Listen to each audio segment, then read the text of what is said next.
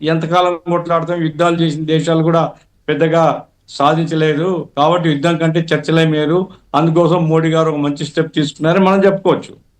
కాదు, ఇంకేదైనా భద్రతా సమితితో ఐక్యరాజ్య సమితితో అక్కడ కూర్చొని పాకిస్తాన్ వాళ్ళ వాదన మన వాదన వినిన తర్వాత వాళ్ళు ఏదైనా ఒక తీర్మానం చేసినారు, ఆ తీర్మానానికి కట్టుబడి మనం ఉంటున్నాము అంతర్జాతీయ సమాజానికి, ఓకే, అది కూడా అంగీకరించవచ్చు.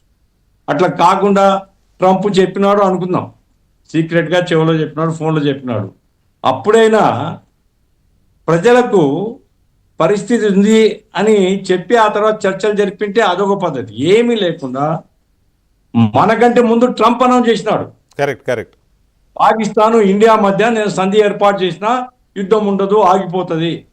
ఇది ఎక్కడండి? మనమేమో మధ్యస్థం ఉండకూడదు అంటాం.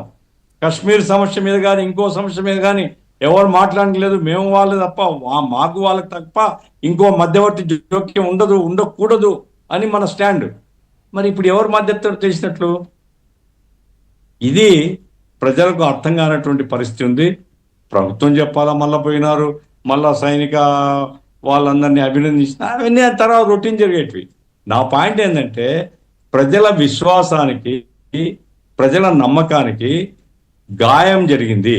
నేను ద్రోహం జరిగిందని చెప్పడం లే, గాయపడిన మనసుతో ఈరోజు ప్రజలు ఉన్నారు.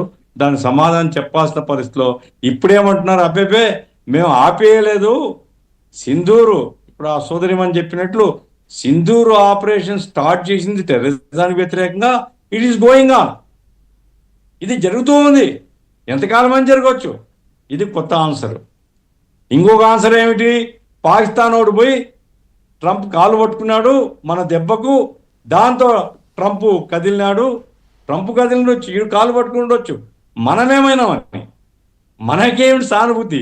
26 మంది అమాయకులు ఈ దేశంలో చొరబడి చంపేసిన తర్వాత వాళ్ళకు ఆ భయం అన్న ఉండాలా, వాళ్ళు లొంగన్న రావాలా, వాళ్ళని పట్టని వాళ్ళ. ఆ రోజు చెప్పారు రాజ్నాథ్ సింగ్ గారు అనుకుంటాను, మసూద్ అజర్ కానీ ఆ తర్వాత ఇంకా సలావుద్దీన్ కానీ ఇంకోరెవరో 3 పేర్లు చెప్పి ఈ ముగ్గురిని పాకిస్తాన్ మనకు సరెండర్ చేయాలా, వాళ్ళని పట్టిస్తేనే తర్వాత మాట్లాడతాం. మరి ఏమైనారు? అది ఇప్పటిది కాదు, యాక్చువల్గా 15 ఏళ్ల క్రితం వాజ్పేయి గారు పెట్టిన డిమాండ్ అది. ఆ డిమాండ్ అట్లాగే ఉంది కదా. ఇప్పుడు ఆ రోజు వాజ్పేయి గారు ఉన్న తర్వాత మిత్రత్వం అన్నారు, అది అన్నారు. ఇప్పుడు ఇట్లా కాదు కదా. ఇప్పుడు యుద్ధం మంచిదా చెడ్డదని చెప్పడం లేదు, యుద్ధం స్టార్ట్ అయిపోయింది, బాంబులు వేసుకున్నాం, వాళ్ళు మన మీద డ్రోన్లు పంపించారు, మనం వాళ్ళకి పంపించాం, మనం కరాచీ పోర్ట్ మీద అటాక్ చేసాం, సైనిక స్థావరాలని ధ్వంసం చేసాం, ఇవన్నీ చేశాం కదా. ఇప్పుడైనా కనీసం వాళ్ళని పట్టివాలా అని మరి ఎక్కడైనా చర్చ జరిగిందా? ట్రంప్ వినలేదా? ట్రంప్ ఎవరండి? ఆయన వింటాడా వినడా మనకేం సంబంధం? మన ప్రజలు, మన దేశం, మన సార్వభౌమాధికారం.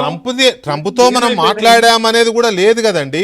ఇప్పుడు మన ప్రభుత్వము లేదా మన ప్రధానమంత్రి ట్రంప్తో మాట్లాడింది కూడా లేదు, మాట్లాడినట్టు అధికారికంగా ఎక్కడా ప్రభుత్వం వైపు నుంచి రాలేదు. ఉపాధ్యక్షుడు వాళ్ళతో మాట్లాడాడు, మనతో మాట్లాడినాడు. ఎవరన్నా మాట్లాడు, ఉపాధ్యక్షుడు కాదు, సెక్రటరీ మాట్లాడినాడు, రుబేరో సెక్రటరీ మాట్లాడినాడు. ఉపాధ్యక్షుడు అయితే జస్ట్ ట్రంప్ ట్వీట్కి కొద్ది గంటల ముందు ఆయన అక్కడ మీడియాతో ఏం చెప్పాడంటే, అది మాకు సంబంధం లేదు, ఆ 2 దేశాలు చూసుకుంటే మేమేందుకు వెళ్ళి పెడతామని ఉపాధ్యక్షుడు చెప్పినాడు. చెప్పిన కొద్దిసేపటికి ఈయన ట్వీట్ పెట్టాడు, నేను మాట్లాడా, మధ్యవర్తిత్వం చేశాను, భయపెట్టాను, ఒత్తిడి చేశాను, ఏదేదో పెట్టాడు. ఏదేదో పెట్టి ఆ రోజు నుంచి కంటిన్యూ అవుతుంది ట్వీట్ల పరంపర, స్టేట్మెంట్ల పరంపర. నేను నా వల్లే ఇదైంది, అణుయుద్ధం ఆపాను, లేకపోతే లక్షల మందిని కాపాడాను, వాళ్ళిద్దరు డిన్నర్ చేయాలి.